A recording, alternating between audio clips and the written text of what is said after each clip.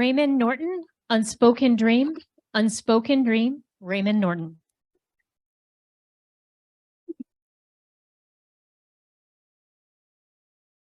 How much is that doggy in the window? The one with the waggly tail. How much is that doggy in the window? I do hope that doggy's for sale. That's a song that my mom used to sing to me when I was a little boy. And it meant something to me, far deeper than the lyrics. It meant I was loved. And Madam Toastmaster, ladies and gentlemen, today I know why I felt that way. Because we were all born with a lifelong, unspoken dream to love and be loved. And we can feel it in our hearts when it's there. Thinking on my mom flooded me with memories of my dad. Now, I can unequivocally tell you my dad never sang a single song to me all my life outside of Dead Skunk in the Middle of the Road. He had that one down. Dad was rough and tough and would speak mountains with his four-letter vocabulary. His love was made of steel. Motorcycle repairs, car repairs, metal fabrication. Dad couldn't sing, but he sure could make steel sing a beautiful melody. And that's a good thing, because with my first car, a 1966 Chevy Impala, mostly held together with wire and tape, Dad was making a whole lot of melody.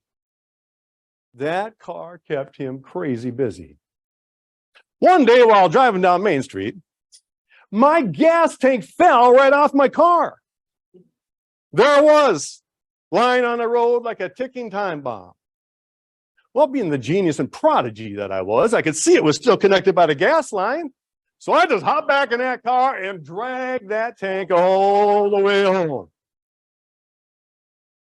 When Dad heard the shrill screeching of metal tearing against concrete as I pulled into the driveway, he bolted out of the house spewing expletives like molten lava from an erupting volcano. It took him a while, but when his words finally cooled down, he strapped on his tool belt, and for the next 2 hours, I watched as he put that gas tank back on my car, never uttering a single word the whole time. At least nothing I'm going to repeat here. When he finished, he slapped me on the back and said, "There, looks like you're going to live another day." And that's how Dad said I love you, by fixing things. For the most part, Dad's love was unspoken, like it was for many dads of that generation. But my need for love was also unspoken. Yet somehow, between me breaking things and him fixing things, we found a way to realize the dream to love and be loved. Fast forward a number of years, and I find myself the caregiver of my grandmother, Marguerite, and her little dog, Holly.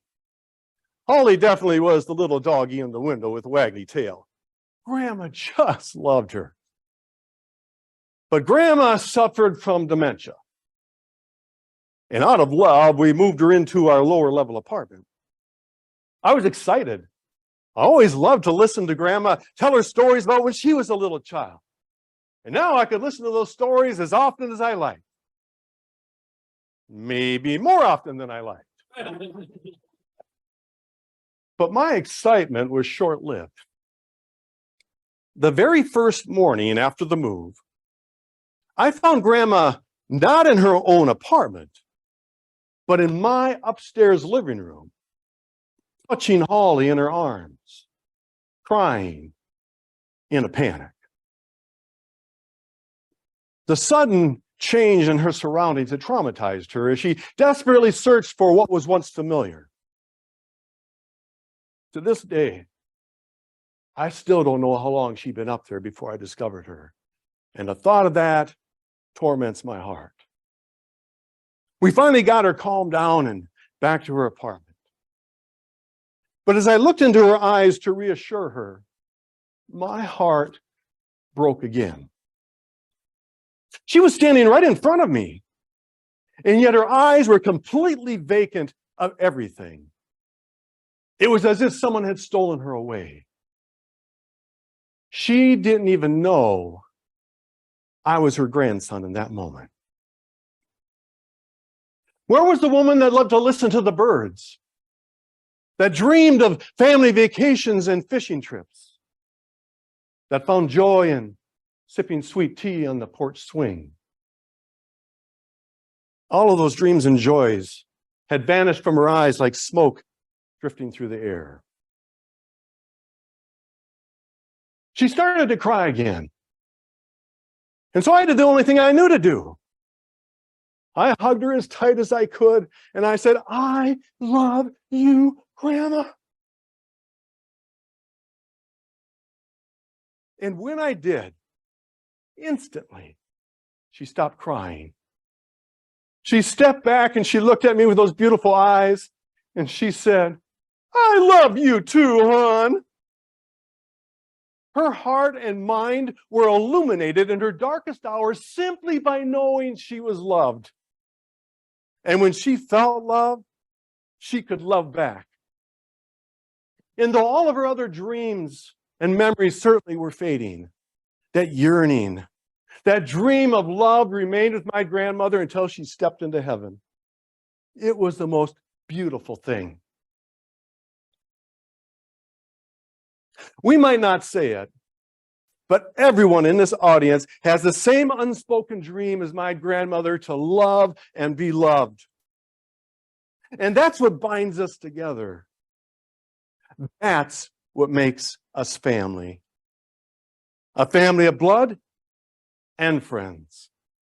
Love always makes a way. And it is the gift that saves and prospers all of us. Madam Toastmaster, ladies and gentlemen, your love is a song that somebody needs to hear so they can feel it in their hearts. Let's all go out and live the unspoken dream. Madam Toastmaster.